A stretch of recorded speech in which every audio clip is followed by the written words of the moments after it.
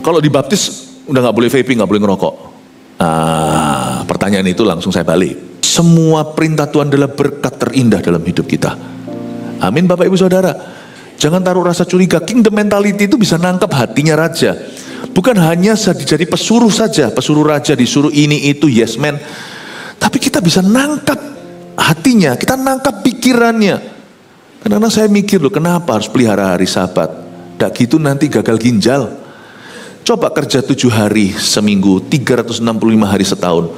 Nanti pas organnya satu-satu akan gagal. Kalau Tuhan bilang pelihara hari Sabat, kau jangan langgar, itu untuk kesehatanmu. Belum lagi kesehatan mental. Jangan berzina. Kenapa sih aku tidak boleh nafsu? Supaya jangan nanti sengsara rumah tanggamu. Mana ada pernikahan itu bisa langgeng. Kalaupun tetap stay nikah, kalau ada orang ketiga, gak akan ada joy dalam pernikahan itu, sukacita. Anak-anaknya kan kerasa, papa punya gandengan lain atau mama punya selingkuhan. Gak akan pernah sama. Kalau Tuhan bilang jangan berzina, bukan Tuhan mau mengambil freedom atau kemerdekaanmu. Kalau Tuhan berkata jangan berzina, itu supaya Anda punya keluarga bahagia. Hamba berdoa supaya engkau berbicara melalui lidah, bibir, mulut hambamu, sambil kau sembunyikan ya Tuhan Yesus selalu di balik salibmu, agar mereka semua bisa melihat terang Injil, yaitu Yesus Kristus, dan hidup di dalam kebenaran. Bapa, datanglah kerajaanmu, jadilah kehendakmu di sini seperti yang kau kehendaki di sorga. Urapi kami semuanya. Kami bersyukur kepadamu dalam nama Yesus. Haleluya. Amin. Puji Tuhan. Kisah Para Rasul pasal 1 ayat 1-11 bunyinya, hai Theophilus, dalam bukuku yang pertama aku menulis tentang segala sesuatu yang dikerjakan dan diajarkan Yesus sampai pada hari ia terangkat. Sebelum itu ia telah memberi perintahnya oleh Roh Kudus kepada rasul-rasul yang dipilihnya. Kepada mereka ia menunjukkan dirinya setelah penderitaannya selesai, dan dengan banyak tanda ia membuktikan bahwa ia hidup. Sebab selama 40 hari ia berulang-ulang menampakkan diri dan berbicara kepada mereka tentang kerajaan Allah. Pada suatu hari ketika ia makan bersama-sama dengan mereka, ia melarang mereka meninggalkan Yerusalem dan menyuruh mereka tinggal di situ menantikan janji Bapa yang demikian katanya, telah kamu dengar daripadaku, sebab Yohanes membaptis dengan air, tetapi tidak lama lagi kamu akan dibaptis dengan Roh Kudus. Maka bertanyalah mereka yang berkumpul di situ, Tuhan, maukah engkau pada masa ini memulihkan kerajaan bagi Israel? Jawabnya, engkau tidak perlu mengetahui masa dan waktu yang ditetapkan Bapa sendiri menurut kuasanya.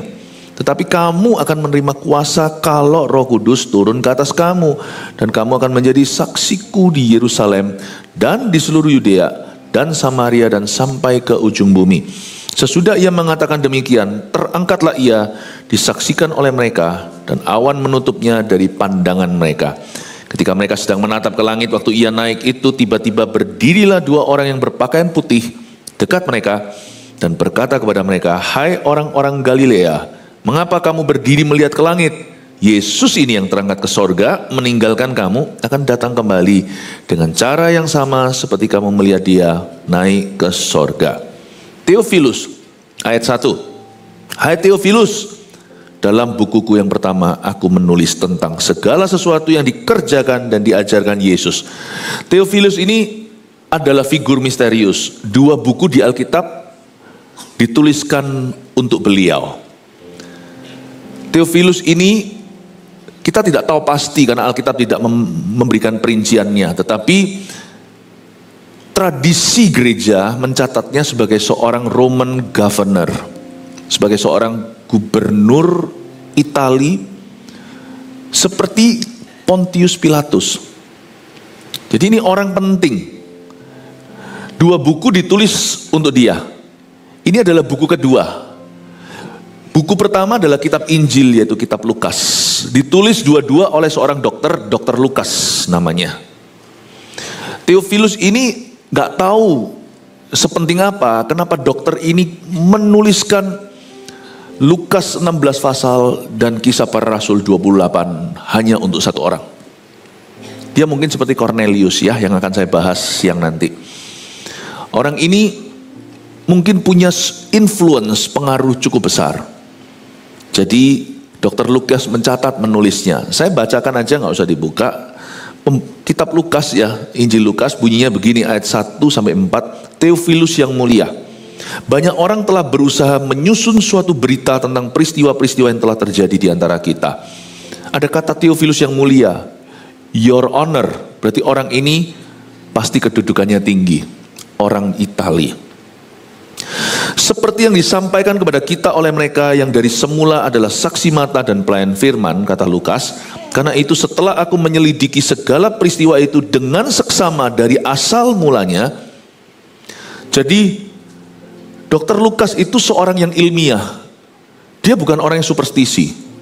Jadi kekristenan itu betul-betul terdiri dari orang-orang biasa, nelayan tidak berpendidikan, sampai orang-orang berpendidikan tertinggi di zamannya seperti Dr. Lukas. Ini orang-orang yang lahir baru semuanya. Kenapa saya adalah orang Kristen? Bukan karena saya memeluk agama. Karena saya tahu Yesus itu nyata.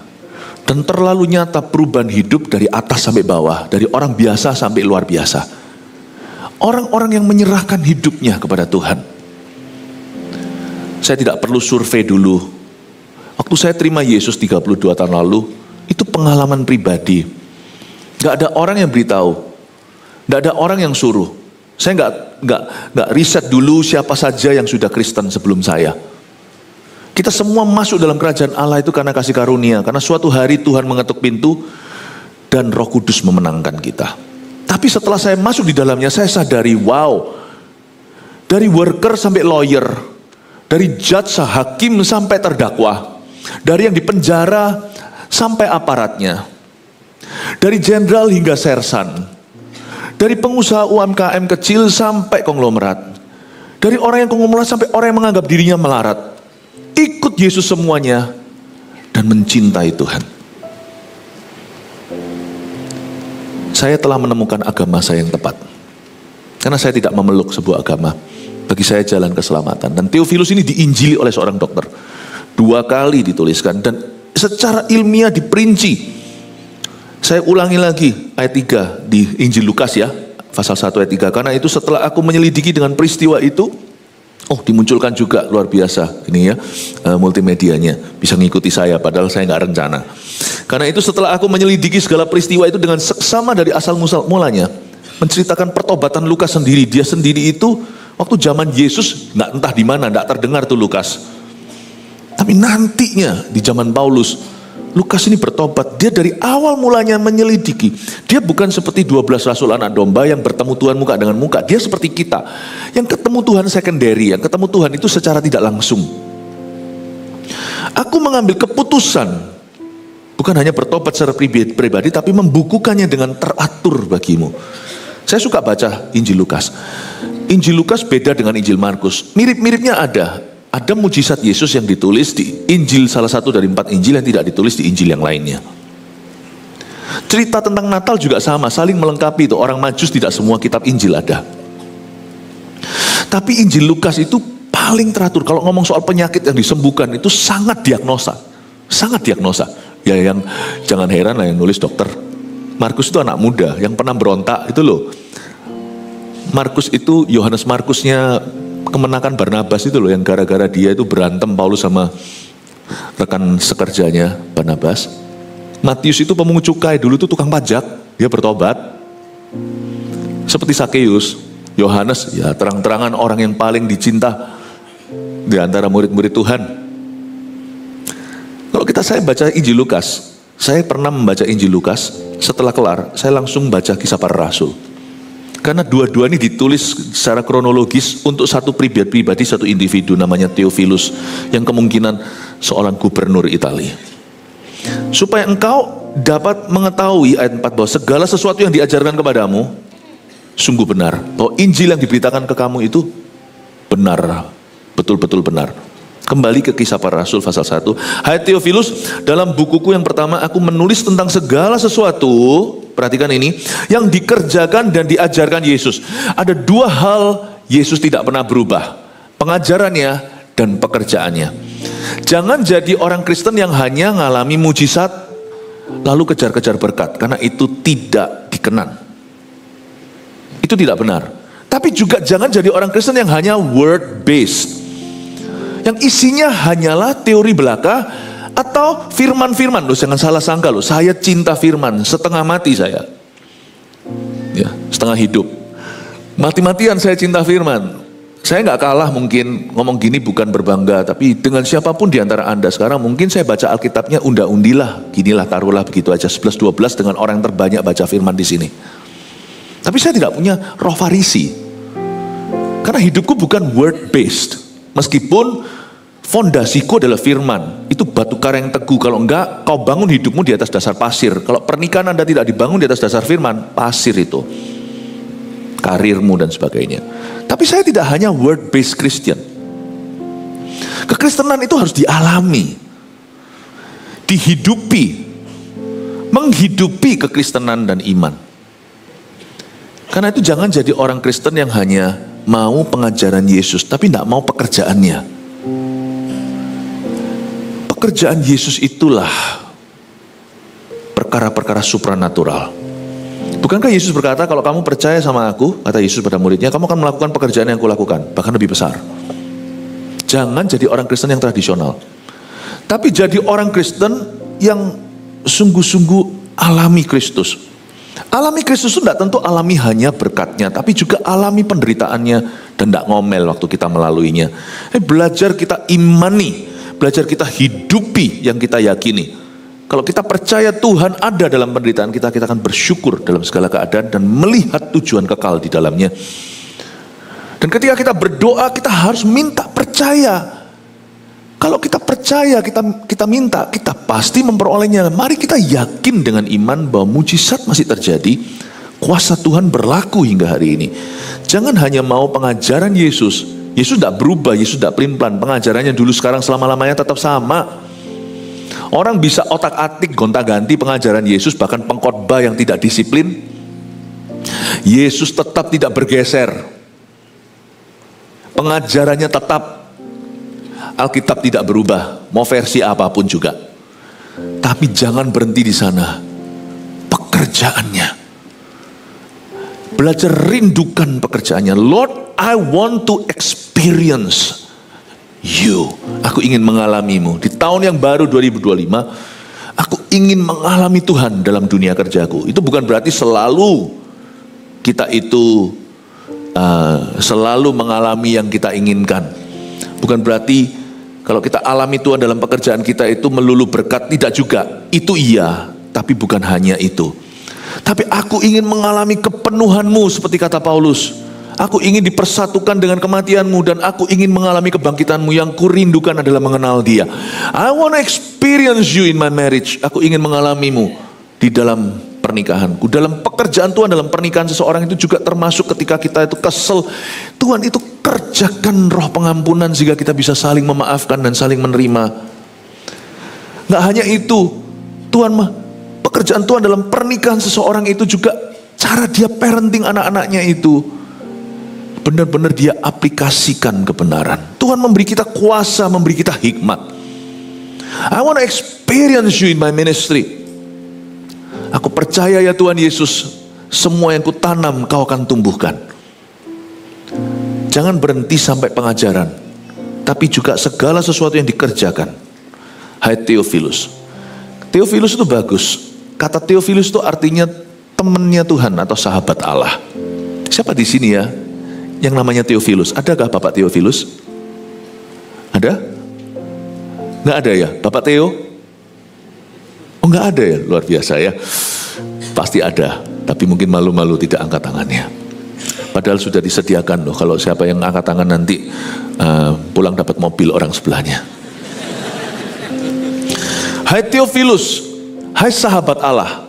Namanya bagus sekalipun dia bukan Kristen waktu dulu. Dia diinjili oleh Lukas. Pertama lewat kitab Injil. Lalu kedua lewat kisah para rasul. Lihatlah kan ayat 2. Sampai pada hari Yesus terangkat, sebelum itu ia telah memberi perintahnya oleh Roh Kudus kepada rasul-rasul yang dipilihnya. Kepada mereka ia menunjukkan dirinya setelah penderitaannya selesai, dan dengan banyak tanda ia membuktikan bahwa ia hidup. Sebab selama 40 hari ia berulang-ulang menampakkan diri dan berbicara kepada mereka tentang kerajaan Allah. Bisa katakan bersama saya, kerajaan Allah. Doa Bapa kami aja langsung sudah ada bocorannya. Jauh sebelum gereja mula-mula, Yesus ajari murid-muridnya berdoa. Ketika muridnya tanya, Tuhan ajari kami untuk sembahyang, ajari kami cara berdoa dengan benar. Lalu Yesus berkata, beginilah kalau kamu berdoa, jangan bertele-tele seperti orang Farisi. Bapa kami yang ada di dalam sorga, dikuduskanlah namamu. Lalu permintaan pertama, datanglah kerajaanmu. Orang Kristen harus punya kingdom mentality, mentalitas kerajaan Allah. Kita tidak boleh punya mentalitas roh agama. Kekristenan itu adalah kerajaan Tuhan. Cuman mungkin orang yang belum lahir baru tidak bisa melihatnya. Kamu butuh dilahirkan kembali untuk masuk dalam kerajaan sorga. Jadi orang yang tidak lahir baru tidak tahu mengapa kita menangis waktu kita lagi memuji menyembah. Ngapain sih cengeng? Mereka tidak paham. Why? Kalian semuanya volunteer tadi di backstage. Waktu saya juga dijemput dari bawah, saya tanya sama semuanya, kemarin baru tugas hari ini atau kemarin sudah tugas? Kemarin 5 kali pastor. Hah? Kalian tuh gak capek-capek ya? Lalu mereka yang sungkan berkata, lah Pastor Philip juga gak capek ya? Enggak, melayani jemaat itu happy. Orang dunia gak ngerti kenapa kita kayak gitu. Yang volunteer tidak dibayari. Kami yang full timer juga, you cannot pay us enough for the life we sacrifice. Untuk hidup yang kami korbankan. Kami itu tidak ada cekloknya. Ceklok ada, melampaui ceklok itu. Benar-benar seperti dokter operasi, seperti dokter UGD, anytime harus meletakkan aktivitasnya untuk memperhatikan pasiennya. Jemaat itu merenggut dan kami dengan happy memberi diri. Betul-betul telah merenggut hidup kami. Semua untuk Tuhan dan semua untuk kekasihnya. We do this for Him. Orang dunia gak ngerti kenapa baik yang full timer mau memberi hidupnya kayak gitu, yang volunteer memberi waktu. Kenapa sih kalian itu kayak begini? Mereka gak paham karena mereka tidak masuk dalam kerajaan sorga. Kita belum masuk sorga, tapi kita sudah masuk dalam kerajaan sorga itu. Sebenarnya kekristenan itu bukan sekedar agama. Gereja itu bukan sekedar tempat ibadah. Tahukah Anda, you are in a kingdom. Berada dalam satu kerajaan. We are in a kingdom, dan kita itu saling terhubung satu sama lainnya. Satu orang Kristen yang jatuh dalam dosa dan melanggar firman Allah itu akan ngefek. Itu akan merusak sesuatu dalam kerajaan Allah. Coba lihat ya, dibutuhkan hanya satu kamir. Dibutuhkan hanyalah satu ragi, seiota untuk bisa mengkamiri seluruh adonan. Orang tidak pernah tahu kekristenan itu siapa yang salah. Tapi kalau ada orang yang melanggar firman Allah, dia jadi batu sandungan buat sesama. Akhirnya yang busuk adalah semua kekristenan. You know, you are very important. You're part of the kingdom, bagian dari kerajaan itu. Gak ada orang di sini too small. Jangan bermental jemaat, bermentallah anak-anak raja. Kita itu in a kingdom, berada dalam satu kerajaan. Orang dunia gak ngerti kenapa kita begini. Mereka juga gak paham. Tetapi kita dalam kerajaan sorga, kita mengerti. Dalam kerajaan sorga ini, Yesus sebagai rajanya. Dan kita ini sebagai umatnya. Kita tahu mengapa kita memberi diri, mengapa kita melayani, mengapa kita memberikan persembahan kita, mengapa kita melakukan misi, mengapa kita mengampuni, mengapa kita mengasihi, mengapa kita baca firman, mengapa kita mendidik anak dengan cara yang Yesus ajarkan. Mentality, kingdom mentality. Karena kita melihat sesuatu yang nilainya kekal. Orang dunia gak tahu. Mereka tidak percaya Tuhan. Mereka kira setelah hidup ini ya sudah mati ya mati, lalu setelah itu mereka lenyap. Padahal menurut saya kurang konsisten kepercayaan atau keyakinan mereka. Orang dunia maksudnya. Apalagi yang tidak percaya Tuhan. Mereka semua percaya setelah mati, ya sudah, lenyaplah. Tapi pada saat yang bersamaan, mereka percaya adanya hantu. Pertanyaan saya, kok ada alam roh? Kok manusia mati cuman begitu? Dari mana tuh hantu? Saya pernah punya teman, seorang ateis, debat sama dia percuma. Saya hanya mengasihi dan mendoakan. Seorang ateis itu juga punya Tuhan. Dirinya sendiri, pengertiannya sendiri, logikanya sendiri. Dia nggak percaya adanya Tuhan, tapi dia percaya rumah berhantu dan dia percaya ada hantu. Unik ya? Kalau sana percaya alam roh, percaya sisan, bahwa ada Tuhan, ada setan, ada hidup kekal, ada sorga dan neraka. Percaya sekalian. Bagaimana fenomena-fenomena? Kenapa dia percaya rumah berhantu? Karena memang sekali dia ngalami itu di rumahnya. You see, my friend, orang-orang dunia nggak bisa melihat. Mereka kira setelah mati ya sudah. Makanya mereka sekarang itu marilah kita bersenang-senang, mari kita berdosa, mati ya mari. Kita melihat semua dari tujuan kekal. Bahwa segala sesuatu ada pahala dan imbalan. Meskipun kita tidak mengejar itu. Tapi ada mahkota yang menanti kita. Dan kita juga tahu bahwa untuk setiap perbuatan kita akan dipertanggungjawabkan nanti suatu hari dalam penghakiman Allah. Kita tahu, makanya kita hidup dengan peraturan yang berbeda. Peraturan kita bukan peraturan agama, tapi nurani. Itulah kingdom mentality. Miliki mentalitas kerajaan Allah. Pada suatu hari ketika ia makan bersama-sama dengan mereka, ayat 4, ia melarang mereka meninggalkan Yerusalem dan menyuruh mereka tinggal di situ menantikan janji Bapa yang demikian katanya, telah kamu dengar daripadaku. Perintah Tuhan itu selalu ada dua sisi. Sisi satu adalah suruh, sisi satu adalah larangan. Dalam hal ini, dalam konteks menantikan janji Bapa atau menantikan pencurahan Roh Kudus di saat Pentakosta, murid-murid atau rasul-rasul diberi perintah, pertama, jangan ninggalkan Yerusalem. Kedua, baru suruh mereka tinggal di situ menantikan janji Bapa. Yang setan selalu suguhkan membuat orang itu takut jadi Kristen, atau kalau Kristen pun mereka takut sungguh-sungguh karena setan itu kasih suatu taburkan kesalahpahaman. Kamu jangan dibaptis loh. Kalau kamu dibaptis nanti semua nggak boleh. Ini nggak boleh, itu nggak boleh, itu nggak boleh, ini nggak boleh ngerokok. Loh, bukannya justru sebaliknya. Waktu kita dibaptis, candunya itu hilang. Kita merokok masih bisa, tapi kita nggak perlu lagi. Saya pernah sekali diajak ngomong, saya itu kan luas ketemu sama orang. Dari Santo Santa sampai pendosa semuanya itu saya ketemu. Jadi saya ketemu sama orang yang ngomong sama saya, wah nggak enak ya, waktu suatu hari dia vaping, ya vaping, terus mungkin atau ngerokok atau vaping gitu ya. Lalu habis itu dia ngomong sama saya, wah pastor saya suatu hari mau ke gereja you. Oh oke, ya tapi saya belum ready sih, saya belum siap. Saya masih suka duniawi, dia bilang gitu. Untung ada orang, pendosa itu ada macam-macam, ada yang tutup-tutup, ada yang vulgar terbuka. Semua datang ke saya yang tertutup dan terbuka. Yang terbuka kali ini ngomong sama saya, nah bingung loh kita mau ngomong apa. Saya nanti suatu hari pasti gabung dengan gereja you, karena saya rasa, wah saya menarik ya, orang-orangnya itu luar biasa ya. Wah memuji Anda semuanya, puji Tuhan. Ayo kasih tepuk tangan untuk jemaat. Ternyata Kristen pun jadi wangi ya.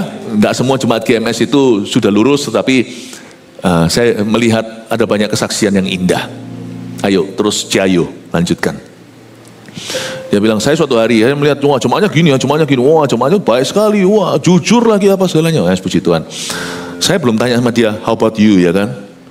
Saya bilang, saya nanti saya suatu hari akan gabung sama gerejanya pastor. Tapi sekarang belum ya pastor ya, sabar ya. Tapi saya dari tadi nggak nawari kok. Sabar itu gimana? Ya sudah, saya dengarkan aja. Lalu tahu nggak dia ngomong apa? Dia ngomong gini, bener nggak pastor? Kalau dibaptis udah nggak boleh vaping, nggak boleh ngerokok. Pertanyaan itu langsung saya balik. Saya bilang, oh bukan. Saya mau ngerokok saya bisa. Mau pastor? Ya nggak mau lah, jangan tawari saya. Saya mau rokok bisa, mungkin batuk-batuk pertama. Saya bisa. Saya mau vaping saya bisa. Cuman sana stop vaping kan nggak bisa. Saya mau saya bisa, saya nggak mau sih, karena nggak butuh. Saya punya Yesus. Saya tidak munafik. Hidupku itu sudah penuh dengan kasih anugerah. Ngapain gua rusak? Sana kan nggak bisa kan? Saya ngomong dengan sopan. Tapi Anda kan nggak bisa stop. Bedanya Anda dan saya bisa mulai, Anda tidak bisa stop. Terus dia diam, oh iya ya. Baptisan itu tidak melarang. Baptisan itu angkat candumu. Membuat kamu tidak perlu. Karena tubuh kita sudah kita serahkan lewat permandian. Rohnya sih sudah percaya Tuhan. Badannya itu loh. Pastikan semua kaki 5 itu pergi. Karena sertifikat sudah di tangan. Oh iya ya. Terus dia berkata, saya tepuk gini. Dalam keadaan mikir dia, saya bilang, tak tunggu di gerejaku ya. Dah, see you. Semoga dia muncul. Kalau itu orangnya maju sekarang, nggak ada, orangnya nggak kelihatan di sini. Paham maksud saya, Bapak Ibu? Perintah Tuhan itu bukan hanya larangan. Itu yang seringkali jadi dagangannya setan. Kalau orang mau sungguh-sungguh itu terus dicekokin itu, lu nggak boleh ini, nggak boleh itu. Jangan. Firman Tuhan itu sebagian besar itu adalah bentuknya perintah indah dan tidak susah kalau hati kita. Yesus berkata, itu perintah mendatangkan hikmat, berkah dan berkat dalam kehidupan kita. Kalau saya bilang berkat itu tidak tentu materi saja. Berkat itu bicara tentang penyertaan Allah, hadiratnya dalam hidup kita, pemulihan. Betapa indah. Maka itu firman Tuhan di sini adalah suruh mereka tinggal di situ menanti, tapi sebelumnya larang mereka pergi, dilarang untuk meninggalkan Yerusalem. Yes, ada perintah Allah yang sifatnya larangan. 10 yang paling terkenal. Jangan ada padamu Allah lain dan sebagainya. Jangan berzina, membunuh, mencuri, jangan mengingini, jangan. Lalu dari 10 itu salah satunya itu bentuknya suruh, hormati ayah ibu. Sebenarnya perintah Tuhan itu semuanya itu ada yang bentuknya larangan atau bukan, tapi semua perintah Tuhan adalah berkat terindah dalam hidup kita. Amin Bapak Ibu Saudara. Jangan taruh rasa curiga. Kingdom mentality itu bisa nangkap hatinya raja. Bukan hanya jadi pesuruh saja. Pesuruh raja disuruh ini itu, yes man. Tapi kita bisa nangkap hatinya. Kita nangkap pikirannya. Kadang-kadang saya mikir loh, kenapa harus pelihara hari Sabat? Nggak gitu nanti gagal ginjal. Coba kerja 7 hari seminggu, 365 hari setahun. Nanti pas organnya satu-satu akan gagal. Kalau Tuhan bilang pelihara hari Sabat, kau jangan langgar, itu untuk kesehatanmu. Belum lagi kesehatan mental. Jangan berzina. Kenapa sih aku tidak boleh nafsu? Supaya jangan nanti sengsara rumah tanggamu. Mana ada pernikahan itu bisa langgeng. Kalaupun tetap stay nikah, kalau ada orang ketiga, gak akan ada joy dalam pernikahan itu, sukacita. Anak-anaknya kan kerasa, papa punya gandengan lain atau mama punya selingkuhan. Gak akan pernah sama. Kalau Tuhan bilang jangan berzina, bukan Tuhan mau mengambil freedom atau kemerdekaanmu. Kalau Tuhan berkata jangan berzina, itu supaya Anda punya keluarga bahagia. Kingdom mentality. Saya nggak pernah lagi taruh rasa curiga sama Tuhan. Sungguhan, mau Tuhan kasih saya berkat atau suffering, saya itu akan selalu berkata puji Tuhan. Saya ngomong puji Tuhan bukan karena latah, bukan karena untuk tunjukkan sama orang seperti beberapa orang yang benar-benar yang rohani tetapi hidupnya tidak. Mulut saya kerap kali berkata puji Tuhan. Every time saya alami sesuatu, saya akan ngomong dalam hati saya, praise the Lord. Thank you Lord. Bapak Ibu Saudara, jangan taruh rasa curiga sama Tuhan. God is ini grammar salah ya, jangan tiru Inggris saya. God is the goodest of all. He's the best. Dia orang terbaik dalam hidupmu. Dia gak pernah punya evil atau ill intention, tidak pernah punya tujuan yang kurang mulia dalam hidup Anda. Kalau Tuhan kasih perintah, apapun yang Tuhan berikan pada saya, asal saya nggak buka celah. Kalau hidup saya sekarang berada dalam poros kehendak Allah, whatever it is, apapun yang Tuhan taruh di atas meja saya, tak makan sama saya. Berkat atau suffering, gua makan. My God is a good God. Itu kingdom mentality. Dan itu membuat orang-orang jadi puzzle, jadi orang-orang itu mengerenyutkan dahinya dan berkata, lu kok bisa begitu ya? Dan mereka akan memegang puncak jubah satu orang Yahudi, satu jemaat GMS misalnya, 9 orang yang lainnya dan berkata, 9-10 orang, bawa aku ke gerejamu. Apa ini yang aku rasakan padamu atau kulihat yang tidak kumiliki bahkan dalam kepercayaanku. I want to know your God. Aku ingin mengenal Tuhanmu. Tak lama kemarin barusan saya didatangi sama satu orang. Oh, minggunya sih di selatan. Pak, saya bukan Kristen. Saya ingin jadi orang Kristen, caranya gimana? Hari Minggu kemarin. Saya tidak paksakan. Saya dipegang sungguhan ini, ujung jas saya ini. Waktu saya lagi lewati jemaat, pegang, Pak, jas ditarik kan kerasa kan? Saya tarik. Kenapa Bu? Saya ingin masuk Kristen, gimana caranya? Kingdom mentality, mentalitas kerajaan Allah itu yang membuat semua roh agama itu jadi rasa kayak hampa. Apa ini sesuatu yang lebih tinggi? Aku mau tahu ini. Ada sesuatu pada kekristenan. Kalau kita hanyalah jadi orang Kristen yang agamawi, unda-undi orang berasa yang gituan gue juga ada, gituan juga tahu. Tapi waktu kita mempraktekkan sesuatu, misalnya seperti saudara Redo nih, pemimpin pujian, ya, gembala PAW kita, pastor praise and worship. Saya cerita gini karena ini sudah menjadi kesaksiannya beliau dan sudah diputar mana-mana, orang sudah tahu. Mama kandungnya dibunuh. Tahu gak Anda? Yang bunuh papa tirinya. Pastor Redo terbang pergi ke Ambon atau ke kok Ambon ya, pokoknya ke Indonesia Timur ya kalau nggak salah Ambon. Pergi ke penjara, di dalam sel itu pembunuh mamanya. Dia berkata, I forgive you. Dalam nama Yesus, aku ampuni. Nangislah sang terdakwa. Dilayani, terima Tuhan. Yang menusuk mamanya sampai mati. Dan terima Yesus. Seperti penyamun di samping Yesus. Yang gini gak pernah terdengar. Yang kita tahu adalah keadilan. Gigi ganti gigi, mata ganti mata. Iya, Juan ya. Tapi waktu you demonstrate the kingdom, orang berkata, yang ini aku tidak tahu. Orang paling berdosa pun penyamun di samping Yesus Kristus pun bisa bertobat. Saya mengucap syukur untuk Redo. Makanya Tuhan memakainya. Banyak lagu juga keluar. Sekarang kita ngerti orang-orang yang melayani di tempat kita itu bayar harga. Enggak katrolan. Ayo sini yuk gabung sama gereja kita. Cus langsung cus. Nggak ada. Semua dari bawah kan semuanya. Yang pernah siapa dari mana, semua dari bawah. Bayar harga. Dan membuktikan, cuma tidak kelihatan urapannya dari mana. Bukan dari talentanya. Dari kehidupan dan kerajaan Allah yang bertata dalam dirinya. I encourage you, di tahun 2025 Anda akan menjadi berkat yang besar bagi orang sekelilingmu. Jangan jadi orang Kristen biasa. Jangan jadi orang Kristen biasa. Jadilah orang Kristen yang sungguh-sungguh mengikut Kristus. Ayat 5, sebab Yohanes membaptis dengan air, tapi tidak lama lagi kamu akan dibaptis dengan Roh Kudus. Roh Kudus yang memampukan. Maka bertanyalah mereka yang berkumpul di situ, Tuhan, maukah engkau pada masa ini memulihkan kerajaan bagi Israel? Nah, murid-murid itu jagonya salah ngerti. Tuhan, mau nggak Tuhan memulihkan kerajaan bagi Israel? Ini maksudnya secara politik, secara state atau negara.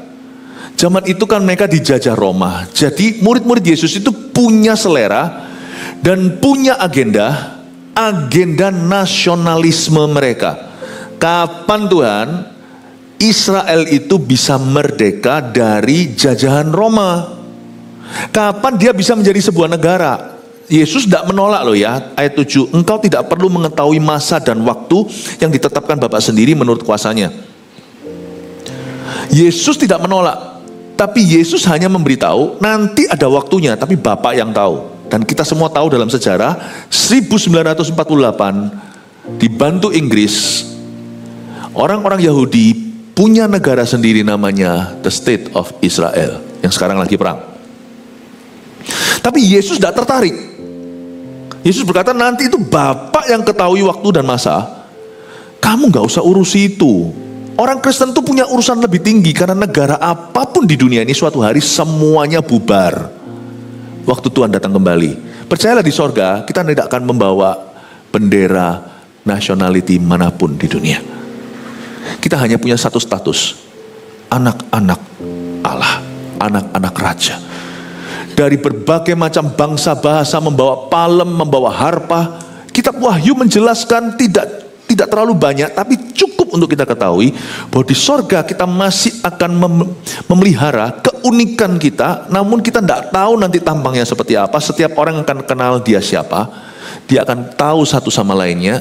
Sorga bukan tempat di mana orang pikun, tapi semua memori bukan hanya kembali, tetapi akan menjadi canggih. Di sorga kita akan tetap beda. Warna kulit kita ceritanya tidak akan tiba-tiba kita yang orang Asia tiba-tiba jadi orang Barat jadi orang Asia. Kita tetap akan menjaga, memperoleh keistimewaan kita, fitur-fitur kita, tapi tanpa sakit penyakit, tanpa dosa, tanpa kelemahan. Namun demikian, di sorga tidak ada lagi perbatasan. Sana orang Amerika, sini orang Indonesia. Nggak ada. Hanya ada the living church, the bride of Christ, atau mempelai Kristus. Untuk itu Yesus datang ke Palungan, untuk membeli kita sampai ke sorga nanti. Maksud saya ngomong begini adalah, sifat nasionalisme yang sifatnya picik, yang sifatnya saling berantem, yang sifatnya diskriminatif, yang sifatnya rasis, itu bukan dari Tuhan. Itu bukan buah roh. Yesus berkata gini di ayat 8, tapi kamu akan menerima kuasa kalau Roh Kudus turun ke atas kamu, dan kamu akan menjadi saksiku di mana? Yerusalem, seluruh Yudea dan Samaria, dan sampai ke ujung bumi. Dengan kata lain, kamu harus peduli semua orang, dan kamu harus mempersiapkan dirimu, hidupmu, bisnismu, pekerjaanmu, profesimu untuk jadi saksiku. Sejauh apa? Sampai ujung dunia. Ujung dunia itu nggak ada, tahukah Anda? Karena dunia ini bulat, bumi ini bulat. Jadi lucu. Kalau di Amerika, waktu saya dulu sekolah teologi ya, mereka berkata ujung bumi itu adalah Irian Jaya, karena masih ada orang yang tinggal di zaman batu. I don't agree. Itulah sebabnya kita jadi lemah. Orang Indo menerima melulu. Zaman dahulu misionaris dari Belanda. Saya berkata, karena dunia ini bulat, nggak ada ujungnya. Ujung itu tergantung pangkalnya. Kalau saya sekarang tinggal di Indonesia, ujung saya itu Belanda. Ujung saya itu Brasil, ujung saya itu Amerika. Makanya dari sini berlaku, saya tidak mau jadi gereja yang ketinggalan. Gereja yang tidak mengerti amanat agung adalah gereja yang main-main dengan waktu. Karena itu gereja kita, meskipun kita tinggal di Surabaya, bolehlah kita dikatakan kita ini Bethlehem Ephrata. Kita dibanding New York apa? Orang-orang Indonesia, orang-orang Jakarta mungkin jauh lebih metropolitan. Di Surabaya ini orang-orang lebih pikirannya lokal. Saya kasih sedikit aja cetusan berkat internasional aja, beberapa orang tanya, maksudnya gimana? Itu gimana relevan? Relevan lah. Cepat lambat Surabaya harus jadi internasional lah. Harus ada yang berani lah menantangnya. Wong dari dunia komersil aja bisa mengubahnya. Zaman dahulu waktu Surabaya itu masih hanya ada mall namanya Wijaya. Saya suka main dingdong di situ dulu, waktu kecil. Ingat nggak Bapak Ibu yang sudah berusia? Lalu setelah Wijaya nanti ada yang namanya, ada juga Toko 6 itu. Sekarang kan nggak ada semua. Orang Surabaya itu tidur siang. Orang Surabaya itu kerja tidur siang, belum ada. Tapi sekarang setelah mall buka dari jam 9 sampai jam 10 malam, dirombaklah sana mall, berubah akhirnya mau ndak mau dipaksa metropolitan.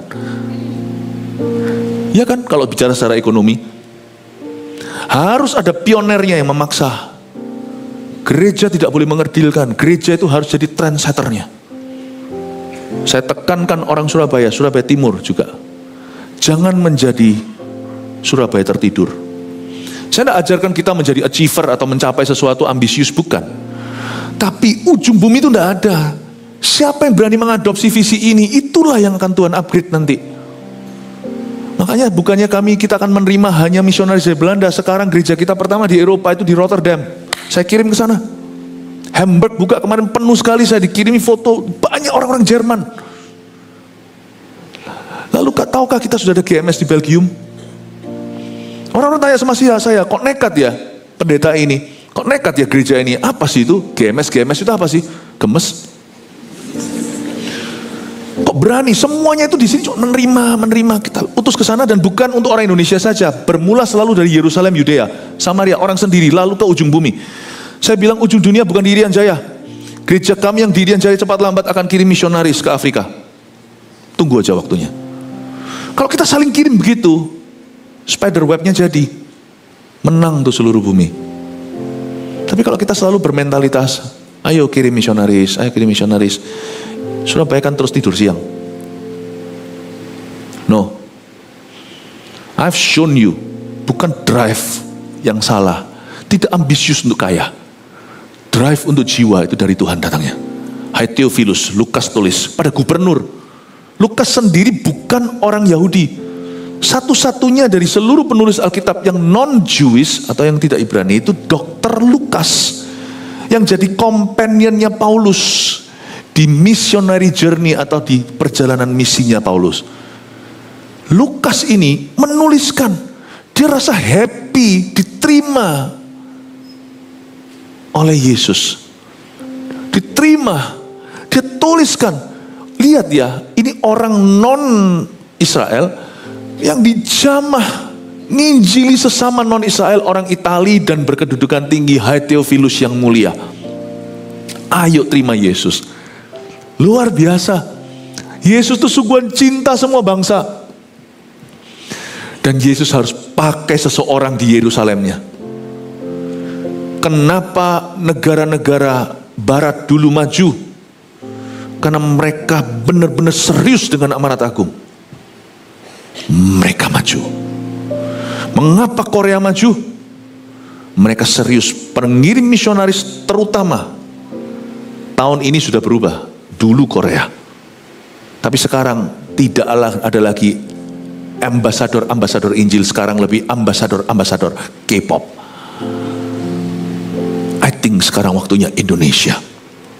Saya tidak tahu Anda sepikir sama saya enggak, apa saya ini terlalu jauh melampaui waktumu atau melampaui waktuku? Apakah saya ini terlalu canggih imannya? No, I don't think so. Saya rasa kita sudah ketinggalan. Kalau kita bermental kerajaan, orang Indonesia tidak akan berpikir seperti seharusnya. Yang Tuhan pakai ini orang-orang Galilea. Mereka bicara itu medok. Sampai-sampai orang Galilea itu bisa diketahui waktu Petrus ada di perapian ya api unggun, waktu Yesus disalibkan, waktu masih diadili, dihakimi, kan seorang hamba perempuan itu yang mengenali ini adalah salah satu murid Yesus. Karena kenapa? Iya, karena aksen Galileamu. Kita ini medok. Galilea itu yang dipakai sama Tuhan, bukan orang Yerusalem. If you could believe, bermental kerajaan, hidupmu akan berubah. Sungguhan berubah. Tidak perlu ke luar negeri, hidupmu akan berubah. Enggak jaminan kok anak muda sekolah luar negeri itu jadi. Enggak jaminan, sungguhan. Saya melihatnya banyak. Semua tergantung mentalitas. Dan mentalitas terbaik adalah mentalitas kerajaan Allah. Itu yang membawa kita berbeda. Saya harap Anda tahu ini. Kamu akan menjadi saksiku. Sesudah ia mengatakan demikian, terangkatlah ia, disaksikan oleh mereka, dan awan menutupnya dari pandangan mereka. Betapa saya bersyukur Injil sampai ke Dr. Lukas. Zaman Yesus di kitab Injil, Lukas nggak tahu di mana, tapi dia diinjili oleh gereja mula-mula. Lukas menginjili Theophilus, Theophilus menginjili ini itu, terus juga sampai ke Filipus. Maksudnya sampai ke kita semuanya hari ini. I thank God kita diberi kesempatan untuk berada di dalam kerajaan, karena ada orang yang peduli membawa Injil itu ke kita, nggak langsung ke kita. Injil itu dibawa dulu oleh gereja mula-mula ke orang-orang asing yang ada di sekitarnya. Mereka tidak membeda-bedakan, dan akhirnya Injil dibawa jauh. Yang pertama membawa Injil ke benua Asia adalah rasul yang suka ragu, Rasul Thomas namanya. Dia mati di India. Bapak Ibu, supaya Anda tahu kenapa Injil sampai ke seluruh bumi. Awal-awal misionaris Eropa. Eropa dari mana? Eropa itu dulu diinjili oleh Rasul Paulus, Petrus di Roma. Paulus juga pernah ke Spanyol, coba lihat di suratnya. Aku akan ke Spanyol, dia bilang di Korintus, dia bilang di Roma. Dan dari Turki sana, Injil itu dari Eropa. You want to know why?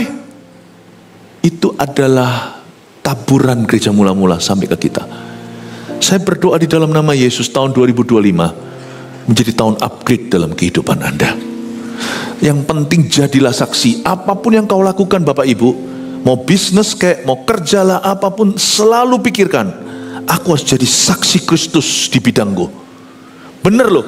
Tapi Pastor Philip, kalau aku jadi saksi Kristus kan aku jadi pendeta. Siapa bilang? Jadi pendeta nggak jadi saksi Kristus juga bisa kok jadi sandungan. Jadi saksi Kristus itu bukan tergantung profesinya, kecuali kalau profesi Anda memang ilegal ya jangan. Jadi saksi Kristus itu komitmen pada value nilai kebenaran. Dan bukannya kita diuntungkan. Misalnya dalam bisnis nih, pekerjaan, atau kita itu dalam karir kita itu kerja di office seseorang.